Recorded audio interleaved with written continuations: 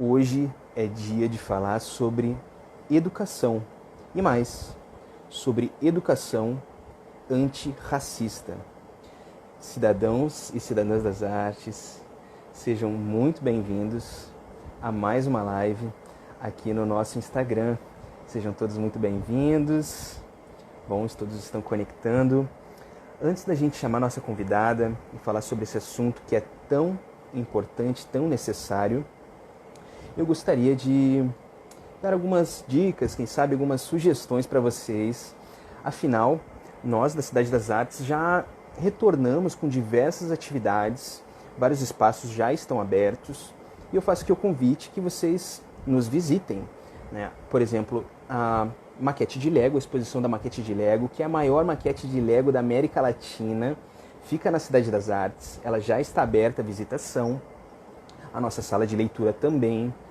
Temos um projeto chamado Jardim das Artes também, que nós recebemos shows de grande porte no nosso jardim, uma área aberta, seguindo todos os protocolos, para que a gente possa continuar curtindo os nossos shows, nossos artistas. Então a sugestão que eu faço é que vocês nos sigam aqui, tanto aqui no nosso Instagram, quanto no Facebook, no YouTube também, para ficarem por dentro de toda a nossa programação, os dias e horários, né, dos shows, inclusive shows dentro do teatro também, né, seguindo sempre os protocolos, tá bem? Bom, sem mais delongas, a nossa convidada aqui, eu acho que ela já chegou. Não é a primeira vez que ela vem aqui participar aqui de uma live nossa, a Clarissa Lima, ela que é escritora, professora, mestranda em educação, pós-graduada em psicopedagogia, relações étnico-raciais e educação. Deixa eu dar uma olhadinha aqui se ela já chegou. Já está aqui conosco. Cadê?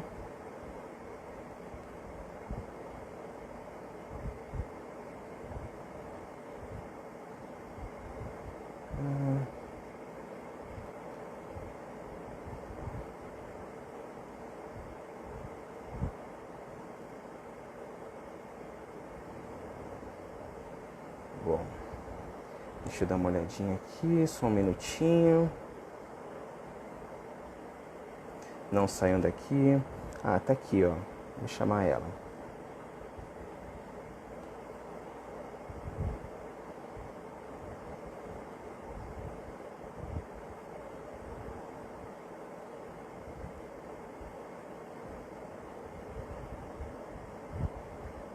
Bom, curioso que você, o teu perfil, Clarissa, não está aparecendo para eu te chamar.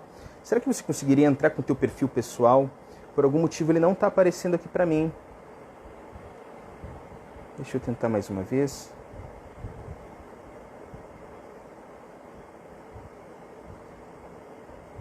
Realmente.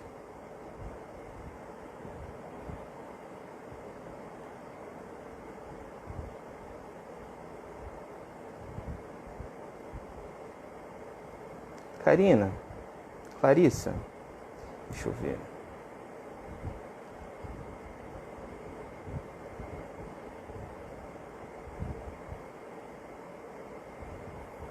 Clarissa, você conseguiria entrar com o teu Instagram pessoal? Tá bem. A nossa convidada vai entrar com o Instagram pessoal dela. Por algum motivo aqui eu estou solicitando a entrada do Instagram profissional dela e não está entrando. Então eu sugiro que nesse tempinho, enquanto ela entra com o Instagram pessoal dela, vocês já convidem seus familiares e amigos para debater esse assunto, que é um assunto muito importante, que é a educação antirracista.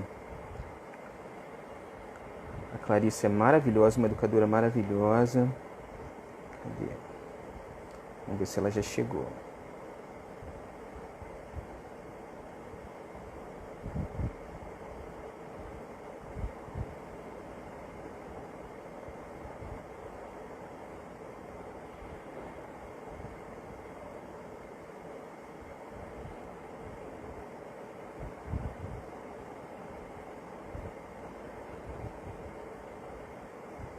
Sim, chegou aqui a Claricinha. Tá bem, vamos lá. O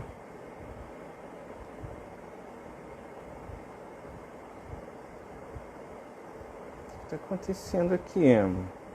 Instagram. Me ajuda, Instagram.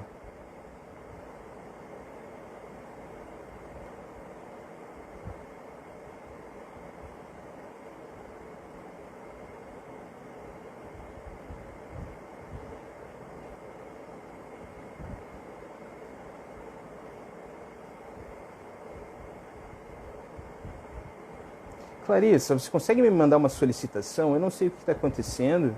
Nunca me aconteceu antes. Você consegue mandar uma solicitação para participar aqui da live? Você deve estar aqui, né? Deve estar me ouvindo. Com toda certeza, estou levantando esse tema em sala de aula, apresentando o debate dentro do mundo corporativo, como o caso do Magazine Luiza e Nubank. Sim, perfeito, Karina. É muito importante que vocês todos participem. Viu? A live é viva. Podem enviar perguntas, tem a caixinha de perguntas aqui embaixo. Tá bom? Vocês esperam? Que bom, Débora. Obrigado. Obrigado mesmo. Clarissa, você consegue enviar uma solicitação? Eu sei que o Instagram está com algumas funcionalidades novas. Aqui. Bom, ela está conectando. Oi! Oi, agora sim, que maravilha, estamos conectados. Tá me vendo, me ouvindo bem? Que bom, eu tô. Já tava aqui, Maravilha. meu Deus, será que não vai rolar? Vai! Vai rolar sim, vai rolar, a gente faz acontecer. Que bom, é muito bom te receber aqui de novo, né? Não é a primeira vez que a gente bate um papo, papos importantes e esses. Obrigado por ter aceito o nosso convite, Clarissa. Ah, imagina, o prazer é meu. Louca para essa pandemia acabar para a gente poder fazer ao vivo, né? Sim, com certeza. É o que a gente mais quer. Inclusive, tem algumas atividades que a gente está começando pouco a pouco a retornar. Mas, assim, sim, eu vi, maravilhosas. Sim, demais, demais mesmo. Bom, temos assim um longo assunto para debater. Algumas pessoas aqui até já fizeram algumas complementações, falaram um pouco sobre a experiência que elas têm sobre o assunto educação antirracista, né? Uhum. Então, para que a gente comece a aprofundar esse assunto, você poderia nos ajudar com o que é mais essencial, quem sabe o que está mais assim, que a gente possa entender mais, é o conceito. Qual é o conceito de educação antirracista? O que a gente entende por uma educação antirracista? Então, o conceito em si, ele é muito amplo, né? Enfim, tem vários autores que conceituam a educação antirracista. Particularmente, eu utilizo a educação antirracista pautada pelo multiculturalismo que a Ana Ivenick, da UFRJ, diz pra gente que é um desafio aos preconceitos. E como assim? O que é esse multiculturalismo que acaba corroborando para a educação antirracista? O multiculturalismo nada mais é do que você olhar para a sua sala de aula e ter uma perspectiva, um novo olhar. E que olhar é esse? Um olhar plural. Você sai desse lugar de um único padrão, um único fenótipo, um único estilo, e enxerga na sua sala de aula diversidades, no plural, sempre, né? Para além de menino e menina, para além de branco e negro, sai desse binômio e enxerga uma pluralidade. E essa pluralidade são potências que existem na nossa sociedade, né? Que por N motivos, várias razões históricas, acaba sendo invisibilizada. Então, a partir do momento que a gente olha para a nossa sala de aula e enxerga um ambiente plural e respeita essa pluralidade, a gente está fazendo a educação antirracista. Perfeito, perfeito, assim. Então, assim, vê se eu estou entendendo bem, assim, pelo que você está comentando conosco, tem muito a ver com o olhar do professor para essa diversidade. É como se ele tivesse um olhar que entendesse a sala de aula como uma espécie de simulado da diversidade que já existe no mundo, algo assim? Exatamente. A gente vai sempre enxergar a escola como uma reprodução do que tem na sociedade. Mesmo que a escola seja particular, A gente vai olhar para a escola como um lugar democrático, né? Por que democrático? Porque a porta da escola está aberta, precisa estar aberta. A particular para os que pagam e a pública para todo mundo, né? Isso também é um olhar que a gente precisa ter. O público não é de quem não paga, o público é o que é de todo mundo, né? Por isso que a gente tem sempre que cuidar bem do que é público, porque o que é público é o que é de todo mundo. Então, a partir do momento que essa porta da escola está aberta, a gente vai ter ali toda essa reprodução da sociedade. Porque as crianças pequenas, os adolescentes, né, os jovens que frequentam esses ambientes escolares, os adultos, né, com EJA, eles vivem em sociedade e são sujeitos históricos que interagem com a sociedade e estão ali na escola. Por isso que na escola também a gente vai encontrar esse ambiente de muitas tensões também. Tem racismo na escola, tem homofobia na escola, tem preconceitos de classes na escola. Porque as mazelas que existem na sociedade também acabam se refletindo nesse ambiente. Então, cabe à professora, né, ao professor, toda a comunidade escolar, equipe diretiva, ter esse olhar atento de saber conduzir, né, essas mazelas e a escola, enquanto lugar de aprendizado, ser esse lugar de libertação dessas mazelas. A gente transforma, a gente educa para uma sociedade diferente. Perfeito. E assim, em termos práticos, assim, que ações esses professores tomam a partir desse olhar, né? Existe um olhar diferenciado, um olhar que você deliberadamente estimula essa visão multicultural da diversidade. E aí existem práticas diferenciadas, são abordagens individuais, são atividades que são realizadas coletivamente. Como que acontece essa dinâmica? Sim.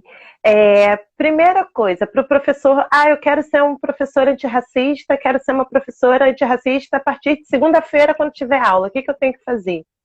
A gente precisa exercitar, é o que o Marcelo Paixão vai dizer, né? A política do estranhamento. O que é esse estranhamento? Ora, amanhã é feriado, vai estar todo mundo em casa, então vou ver televisão, tá? Vou ligar a televisão. Nossa, não tem negros nessa novela.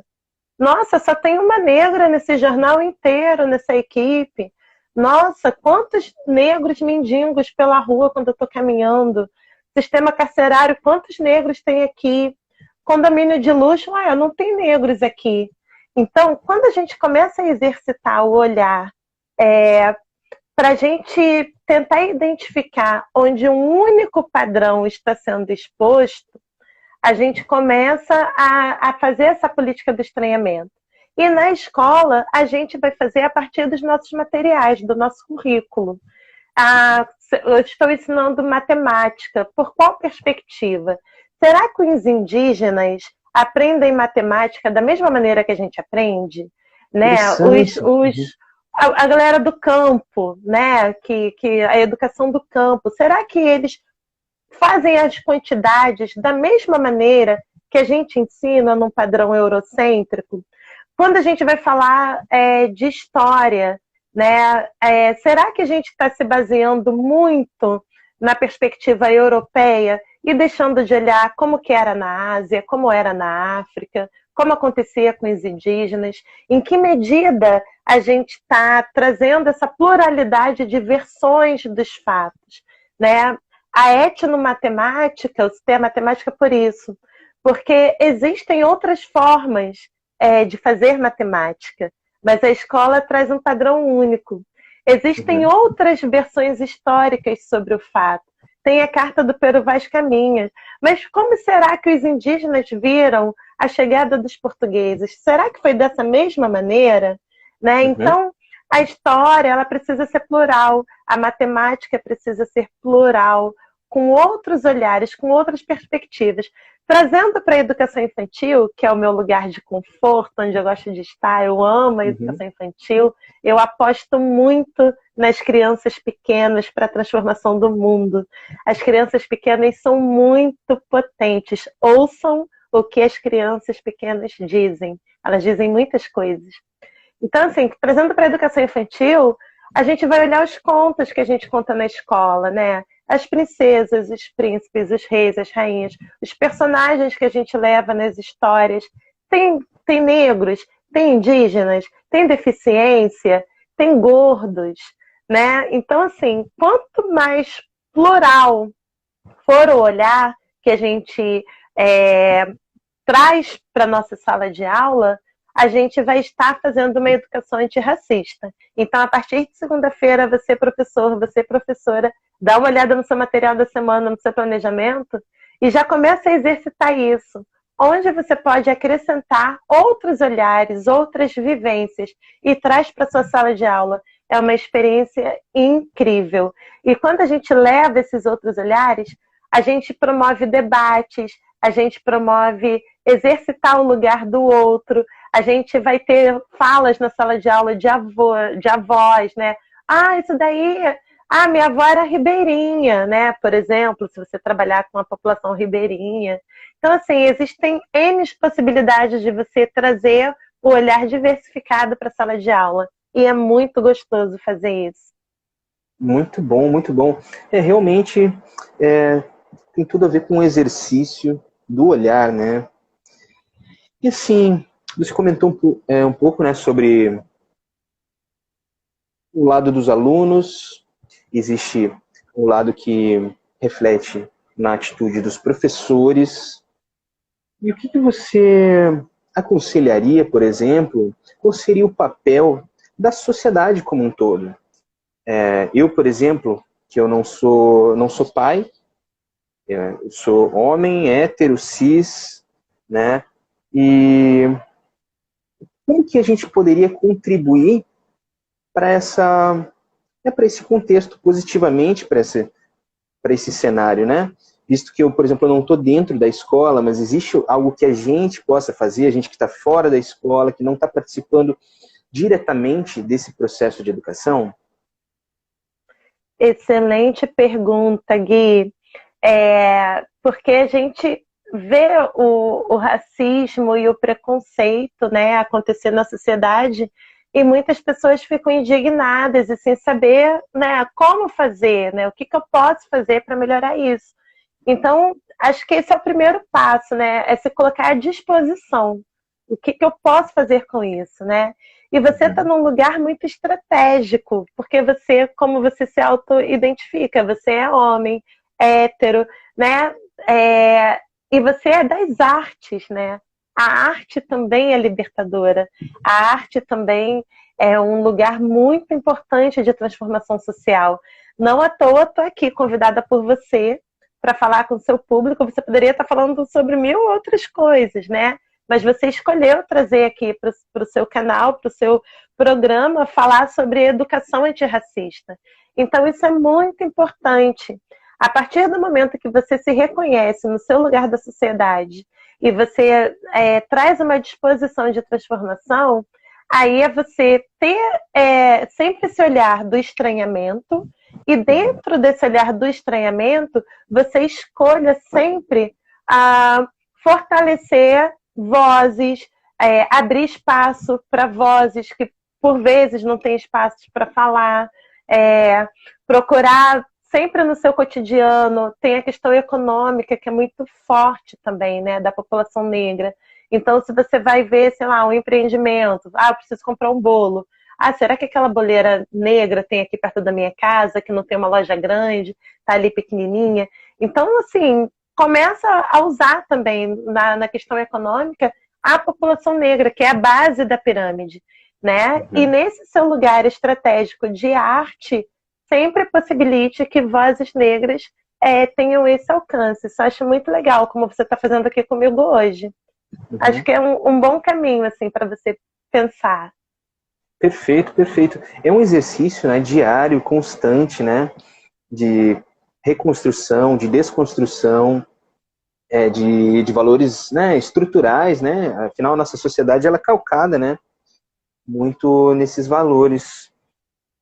E uma coisa que me ocorreu aqui agora, você, tua expertise, digamos assim, é principalmente com as crianças, né? E você chegou a citar sobre esse olhar do estranhamento, né? Que tem muito a ver com uma espécie de olhar investigativo e curioso, e me parece que já é típico das crianças, né? As crianças já têm um olhar, parece que eles estão olhando cada detalhe, analisando e questionando, né? Você nota que é natural que as crianças já façam, já tenham esse estranhamento? Então, as crianças, elas ainda não têm esse estranhamento, porque elas ainda não têm noção do que é o racismo, né? Então, para elas, vai ser normal tudo aquilo que é apresentado para elas. Por isso que cabe aos adultos mostrar sempre a diversidade. Alguém aqui acabou de dizer sobre os pais, né? E ela disse que educou a filha dela respeitando a diversidade. É bem isso. Por quê? Eu trabalho em escola particular, né? Sempre trabalhei em escola particular. E nas escolas particulares é muito raro ter professoras negras na educação infantil. E é muito raro também ter no cotidiano das crianças pessoas negras, porque a maioria das crianças nas escolas particulares não são negras. Existem crianças negras nas escolas particulares, mas a maioria delas não são. E as pessoas que as cercam, né? Isso é minha observação de 20 anos em sala de aula. A minha observação é que essas crianças, a vida delas é cercada de pessoas não negras. A médica, geralmente a pediatra dela não é negra, os pais não são negros, os amigos dos pais não são negros, o clube que elas frequentam não tem negros. Quem são os negros que ela convive? A babá, o segurança, o motorista. E aí, quando eles se deparam com a professora negra, né? Nossa, minha professora, né? A gente sai daquele lugar do estou aqui para te servir, né? Para estar no lugar de estar junto com ela, porque a professora, na educação que eu acredito, é uma mediadora, é alguém que está ali para dialogar, né? Não é aquele lugar hierárquico, né? Eu sou a professora, eu mando em você. Eu não acredito nesse tipo de educação. A educação que eu acredito é da professora que interage com o aluno e está ali enquanto mediação do aprendizado que as crianças têm com elas mesmas. Então, quando você começa a trazer um olhar diverso, né? Nos livros que a criança tem, nas bonecas que a criança tem. Ah, mas minha filha é branca, para que eu vou dar uma criança negra para ela? Para ela ter diversidade, né? Ah, os desenhos que meus filhos assistem, estejam atentos se no elenco só tem um padrão, né, estético. É muito importante mostrar para as crianças sempre a diversidade, seja ela negra, ou branca, ou indígena, ou da etnia que ela se autodeclarar. Mas mostrar para a criança um repertório diverso é sempre muito importante. E que seja da prática também do adulto, né? Ter amigos negros, sim. Deixar os amigos negros frequentarem a casa, sim. Porque também tem isso. Muitas pessoas dizem amigos, né? Mas nunca levam um negro na casa. Né? Eu já ouvi de amigas, nossa, você é a primeira pessoa negra que vem na minha casa. Né? E assim, uma pessoa de 30 e poucos anos, né? Então, isso é muito comum. E o estranhamento do olhar também parte por colocar o negro nessa referência positiva. Por quê? Se a gente entra num restaurante que não tem negros, a gente precisa estranhar, por que não tem negros aqui? Se a gente entra num avião que não tem negros, a gente precisa estranhar, por que não tem negros nesse avião? Porque quando é o contrário, você entra num restaurante e só tem negros, aí você estranha. Ué, será que é alguma delegação de algum lugar africano? E a gente está no lugar que tem 54% de população negra, Gui. Deveria ser muito natural a gente entrar em outros lugares e ver majoritariamente a população negra. É assustador isso, né? Pensar. É tocante, assim. E, por exemplo, você falou agora sobre, né, tem falado aqui, né, ao longo da live sobre representatividade, né, na cultura pop, né, por exemplo, nos desenhos, na música e também, enfim, telejornais, por exemplo, no nosso cotidiano. Você, como educadora, há 20 anos já trabalhando na área. Qual é a tua percepção sobre se isso tem ou não, de fato, se transformado ao longo desses 20 anos? Se você percebe alguma iniciativa, se esse contexto se mudou, se está mudando da maneira que você considera a melhor, mais correta, qual é o ritmo dessa mudança? Qual é a tua percepção sobre essa dinâmica da transformação, se ela existe ou não? Sim, então, a gente tem avanços muito importantes, né? Porque o movimento negro sempre denunciou esse silêncio do racismo na sociedade brasileira. E é um silêncio que foi projetado para ser silêncio. Porque você imagina, o Brasil, enquanto último país das Américas, abolia a escravatura. Aqui é o segundo país com maior população negra, né? Só perdemos para a Nigéria. Então, havia um temor muito grande no período pós-abolição do que toda essa população negra poderia fazer. Entra aí, e nos anos 50, 60, né, de uma maneira muito forte, o mito da democracia racial. O que é esse mito da democracia racial? O Brasil é vendido como modelo para o mundo, como modelo de diversidade. Olha, o Brasil é um país pacífico, todo mundo se respeita, não tem racismo, é um povo muito alegre, é um povo muito feliz. E isso é vendido até hoje, né? Só que, como eu falei antes, se a gente olhar que somos 54% da população autodeclaradas para o IBGE, fora aquelas pessoas que ainda não se autodeclaram negros, né? Então, de autodeclarados, nós somos 54%. E aí você vai ver todos os acessos, né? Às universidades, aos cursos mais caros, como cursos de medicina, vai ver as trabalhadoras domésticas e os direitos delas, que só agora, em 2013, foram reconhecidos, né, com muita luta, desde os anos 50, que as trabalhadoras domésticas lutavam para ter carteira assinada, direito a férias e tudo mais. Então, e é o lugar, né, onde majoritariamente as mulheres negras trabalham. Aliás, eu tenho um achismo dentro de mim que é muito curioso. No meu achismo, eu tenho quase certeza que toda a população negra no Brasil, se você chegar para uma pessoa negra e perguntar, alguém da sua família ou foi, se não a própria pessoa, trabalhador doméstico.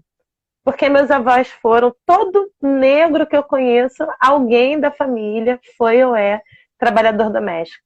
E eu penso que isso ainda é uma herança desse período, né, desse pós-abolição. As mulheres negras continuaram nas casas grandes e ainda hoje estão, né, nas casas.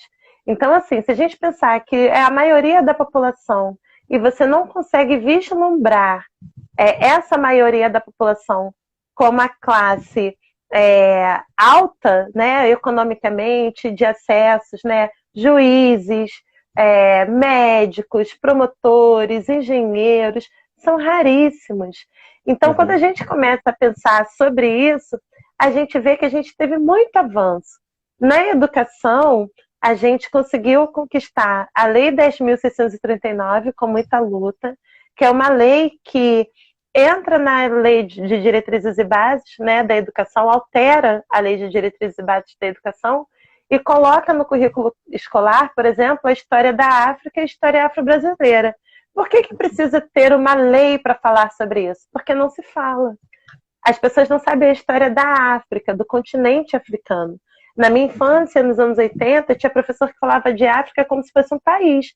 Lá na África as pessoas comem isso. Lá na África as pessoas vestem aquilo. Gente, a África é um continente super potente, com uma diversidade cultural incrível, que a gente não tem nem noção de quantos países, quantas línguas, quantas culturas tem lá, porque a gente não estuda sobre isso na escola. E, de novo, 54% da população é diretamente linkada a este continente que não é estudado.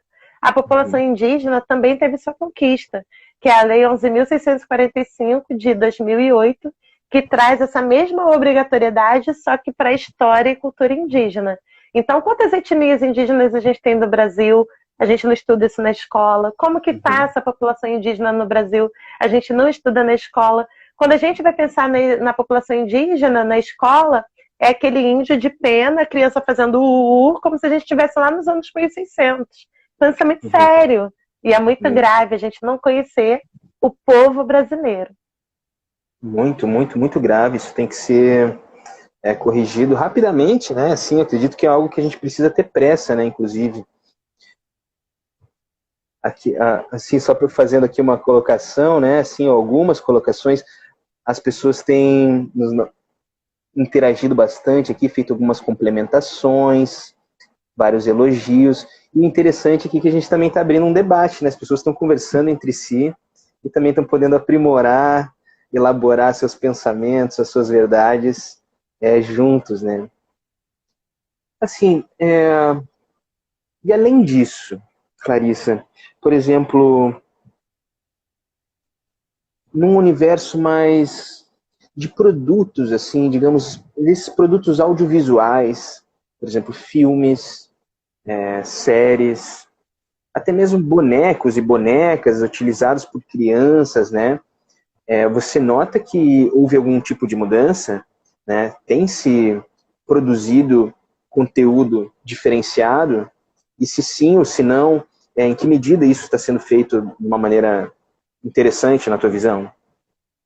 Então, é muito legal, Gui, porque você provavelmente pegou o tal do lápis cor de pele, que era um lápis rosinha. Me Peguei, presta cor de pele. Eu vi eu aquele lembro cor de pele. de terem ensinado que era aquela cor era cor de pele. E nunca havia me questionado. Eu, criança, não estranhava. É Exatamente. assustador Só isso. que na educação infantil, a criança aprende a fazer o esquema corporal, né? O seu próprio corpo. E aí as crianças me lápis cor de pele, lápis cor de... Aí eu, gente, peraí, cor da pele de quem? Então estiquem os bracinhos pra gente ver a cor de pele de quem. Aí as professoras, né, que já na perspectiva antirracista, multicultural, tinham muitas dificuldades de como fazer os tons de pele, né? Porque aí tinha esse lápis cor de pele, que era o pêssego, aí tinha o preto, tinha o marrom. Só que a criança pequena, ela vai fazer a rabiscação, né, a garatuja, ou então quando ela começa já a arriscar fazer o seu próprio corpo, ela faz um círculo e puxa uma perninha de um lado e uma perninha do outro. Pronto, ali é o corpo. Porque as crianças acham que o braço sai daqui. Elas têm essa percepção que o braço está aqui. Elas ainda não entendem que tem o pescoço, o ombro, né? E vem. Isso é aprendizado do esquema corporal. E aí as crianças naquela, né? A Coralie, há uns 8, acho que uns 10 anos já, fez o lápis de cera cor de pele. Primeiro ela fez com 14 tons de pele e agora já tem um estojo com 24 tons de pele. Né? E aí, sobre essa questão, eu posso falar dos meus livros? Com certeza, com certeza. Então, aí sobre essa questão do lápis cor de pele, eu escrevi o meu primeiro livro, né? Que é esse aqui, Cor de Pele, valorizando as diferenças para as oportunidades serem iguais. Onde eu vou falando sobre esse aprendizado das crianças, sobre o seu próprio corpo, a partir desse lápis cor de pele. Que na minha concepção, quando você fala para uma criança de 3 anos de idade que não é pêssego, não tem aquela cor pêssego, que aquela ali é a pele dela, você já anula a identidade dela de se reconhecer enquanto não ser daquele pêssego, porque ela está aprendendo que aquilo ali é a pele.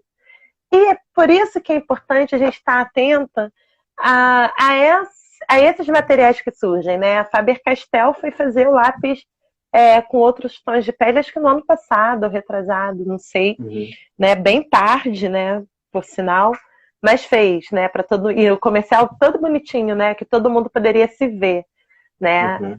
Então descobriram que a população negra consome, a população negra compra. E isso, Gui, tem que ser negro para poder saber. Sabe por quê? É desde o lápis cor de pele na escola, até para as mulheres o hidratante que você passa no corpo. O hidratante é muito engraçado. É assim, tipo, sei lá, camomila, morango com champanhe, pêssego, não sei o que, pele negra.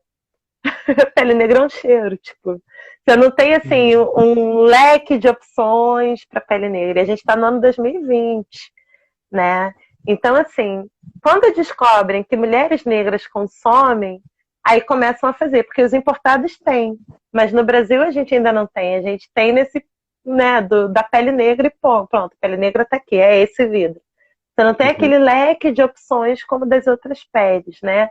Então são coisas, assim, muito sutis que esse olhar do estranhamento vai te fazer perceber no seu dia a dia, né? Então, se um dia eu não tenho lápis cor de pele, eu não tenho hidratante, eu não me vejo na TV, eu não me vejo na revista, mas tem a Djamila na capa. Mas a Thaís Araújo estava no mês passado. Aí você olha para a banca de revista, você vê a Djamila e todas as outras mulheres, né, que não são negras. Então, assim, é a gente sempre tentar trazer o percentual e esse estranhamento. Minha filha não tem uma boneca negra, vou comprar uma boneca negra para ela. Uma? Não. Vou comprar mais duas, porque ela tem 5 que não são negras, né? Isso a gente precisa exercitar, porque a partir do momento que a gente começa a procurar o mercado, né, que é só olha para o econômico, vai ver, tem procura, vamos fazer, porque as pessoas estão procurando e querem esse produto. Então, cabe muito da gente também sair desse lugar, né, e procurar sempre, que aí o mercado começa a olhar para a gente com o olhar de comprador. Perfeito, isso é libertador, né? Você reconhece as pessoas como seres atuantes, né, que interagem com o mundo. E, Larissa, eu gostaria de resgatar uma questão assim que eu fiquei pensando também sobre, voltando ali ao papel da escola, dos professores, e qual era a cor, perguntaram. Bom, o Johnny fez algumas colocações aqui. Eu, por exemplo, eu tenho 32 anos e, né, era muito comum para mim, pelo menos a minha experiência pessoal, é que era muito comum se referir a cor pêssego como cor de pele. Pelo menos do Paraná, de onde eu venho, era super comum e aceito estruturalmente como o que estava posto, que era posto ali, né, normalmente. O que eu gostaria de resgatar ali sobre a educação é o seguinte: se a gente pensar que de repente existem escolas, colégios, que por N motivos, ou por estarem muito afastados dos centros urbanos, ou por outros motivos quaisquer, ainda não tenham a estrutura, os professores ainda não foram tocados ou sensibilizados, ou ainda não passaram por essa formação, ainda estão em desconstrução. Como você sugere que os pais, quem sabe, possam lidar com essa situação em que no colégio você vive um contexto e como você constrói em casa, digamos, esse universo mais positivo e mais construtivo? O que você sugere? Então, eu acredito muito nos professores. Os professores, quando a gente trabalha na formação de professores, a gente consegue identificar, né, tudo isso. Porque é muito natural. Tem gente que até hoje não acredita no racismo no Brasil. Tem gente que até hoje não acredita que existe esse olhar que eu estou trazendo para você enquanto mulher negra, né? Até porque, por N razões, não vivencia isso que eu vivo, né? Então não tem esse olhar. É culpa da pessoa? Não é. É culpa de todo um sistema. E que sistema é esse? É um sistema que naturaliza as coisas no Brasil para elas serem das coisas do jeito que elas são. Se não tiver negros naquela novela, tudo bem, nunca teve, é assim mesmo a novela. Se não tiver lápis de outros tons de pele na sala de aula, tudo bem, é assim mesmo a sala de aula. Né? Eu uso pêssego mesmo, que é o que tem ali para mim, para fazer minha pele. Se não tiver negros na revista, tudo bem, nunca teve negros na revista, a gente não vai morrer por causa disso. Então, assim, esse olhar do tudo bem ser assim é que faz com que as pessoas não queiram virar a chave, não tenham essa percepção que você teve. Clarissa, eu, enquanto homem branco hétero, o que eu posso fazer para mudar a minha rotina? Isso que você traz é a grande transformação, porque senão a gente vai ficar do tudo bem ser assim, né? Porque sempre foi assim mesmo, né? E esse tudo bem ser assim mesmo leva à morte. Por quê? Morre a identidade, as pessoas não sabem que são negras, não se reconhecem. Morre a identidade brasileira, que não se reconhece na sua pluralidade. Morrem as pessoas mesmo, né, de letalidade, porque o sistema, o Estado acaba achando que são pessoas que têm cara de bandido e, enfim, tem o estereótipo, fenótipo de bandido, então vão atacar de uma forma diferente do que atacariam se fosse uma pessoa branca, loira, né? A abordagem policial seria diferente, isso é comprovado estatisticamente. Então, tudo isso começa com uma sutileza do tudo bem, sempre foi assim, até chegar ao extremo da morte, né? Da morte de acessos a uma vida melhor, na falta de acessos a conhecer sua própria cultura. Então, isso é muito sério. Assim, quando a gente fala da educação antirracista, a gente precisa falar com os professores e fazer formação de professores sobre isso. Porque quando a gente conversa com os professores de cara identificam tudo isso que a gente está conversando aqui na sua sala de aula. Esse livro Cor de Pele, eu falo isso, né? Que os professores têm um sentimento negativo, uma coisa ruim, sabe que algo errado está acontecendo, mas como o racismo ele é silenciado, ele é mascarado, ele é invisível no Brasil, ele é sutil, entre aspas, eles demoram a virar a chave para identificar que aquilo ruim que eles estão sentindo é racismo. Do tocar no cabelo crespo dos alunos.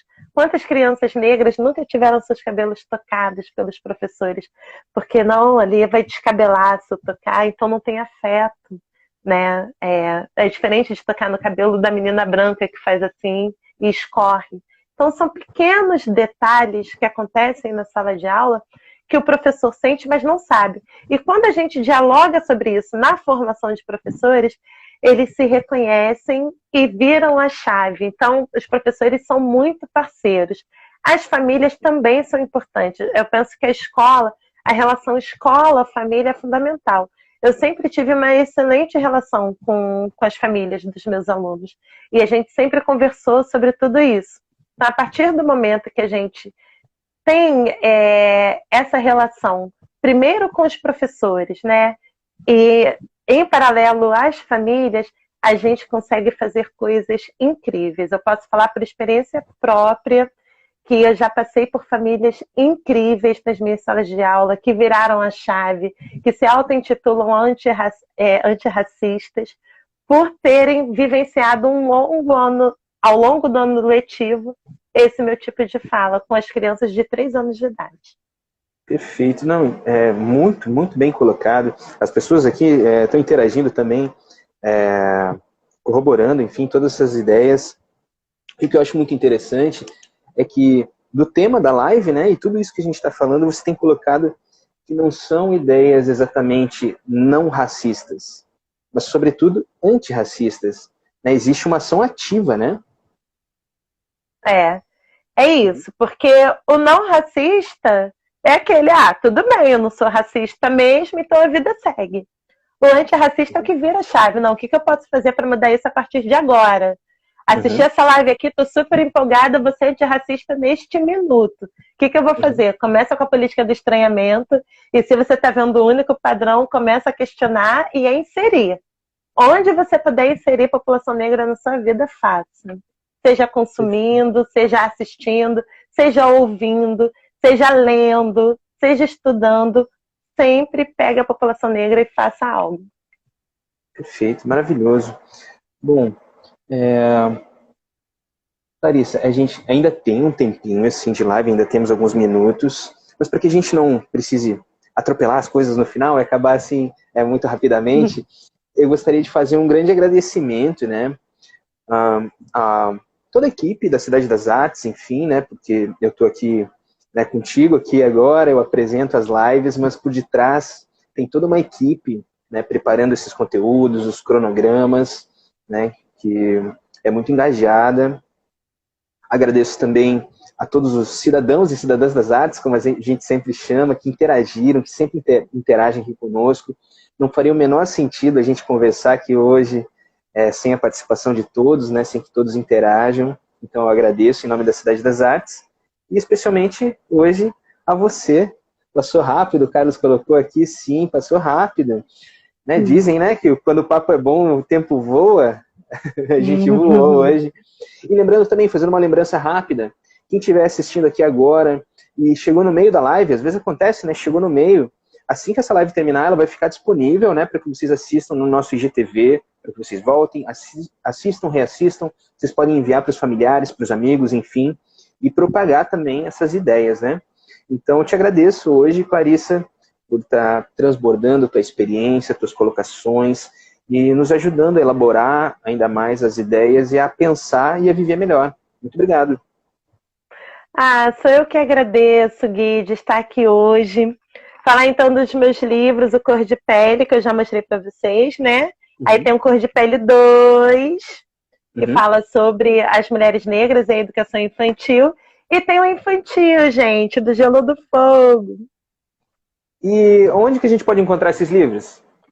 Editora Autografia. Joga lá no Google, Editora Autografia, tem a loja online, que lá tem todos os livros. E agradecer demais, gente, é muito importante a gente exercitar o antirracismo, seja você da etnia que você for, da raça que você for, é a gente entender que somos todos humanos, o mundo é de todo mundo merece ser feliz, todo mundo merece viver sem medo de morrer. Todo mundo merece ter acesso à educação, a conhecer a sua história e cultura. Todo mundo merece um lugar ao sol. E para que todo mundo mereça esse lugar ao sol, às vezes a gente precisa chegar um pouquinho para o lado, né, para o outro ter acesso. Eu não estou falando que você precisa deixar de estar no seu lugar para o outro ocupar o seu lugar.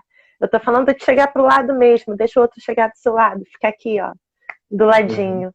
Né? E isso é um exercício muito difícil, muito cruel, porque o sistema o tempo todo opera para que a gente não faça isso, para que a gente não se reconheça enquanto população brasileira, né?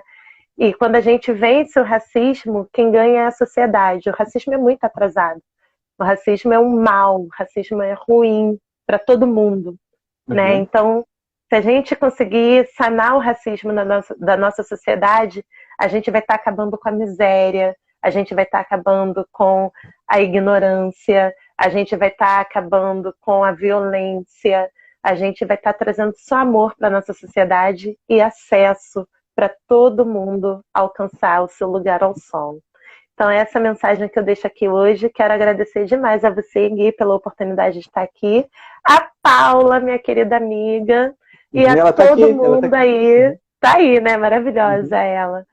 E todo mundo que veio assistir, a Aline, Carol, Felipe, e mais um monte de gente aqui, Gabi, a Maru, que participou pra caramba aqui, e dizer que a gente precisa disso, né? Todo mundo junto, um ano inteiro, né? E tô aqui à disposição, viu, Gui? Quando precisar. Perfeito, conta com a gente também. E, aliás, já que você falou sobre a tua disposição, digamos assim, caso alguém que esteja nos assistindo, seja agora aqui ao vivo ou de repente está assistindo a live gravada, que vai ficar no IGTV ou no YouTube, e essa pessoa quisesse te buscar para saber mais, como que a gente te procura? Por exemplo, para saber sobre os livros, ou de repente para que você palestre, ensine, enfim, como buscar o teu trabalho aqui nas redes sociais? Então, a minha página é o @cordepelelivros. Quero mandar um beijo para a Lê da Eleva, que está aqui assistindo a gente também, maravilhosa ela. @cordepelelivros. Esse Claricinha Lima é o meu perfil pessoal. Ele é restrito, mas o Cor de Pele é aberto. Então lá estão os livros, lives, enfim, tudo que for rolando, que passa na cabeça, tá lá no @cordepelelivros. Que maravilha. E assim, agora que a gente, né, já se despedindo, né, na live, eu não me despeço com um simples tchau, né? É a tua segunda vez aqui, eu acredito que é a segunda vez de muitas, né? Já estão pedindo aqui, ó, mais Clarissa. Sim, eu concordo, né? Então que sejam até logo, a gente se vê logo mais, e quem sabe até mesmo presencialmente, a gente possa fazer atividades, entrevistas, assim como essa, presencialmente, Perfeito. né? Perfeito, tô doida para chegar nessa pra... vida do presencial. Eu sou muito assim de gente, né? Aí vem vacina. Vem vacina, que chegue logo, vai acontecer. Bom, muito bom conversar contigo. Um grande abraço, até logo mais. Um beijo. Beijo, gente. Tchau, tchau. Tchau, tchau.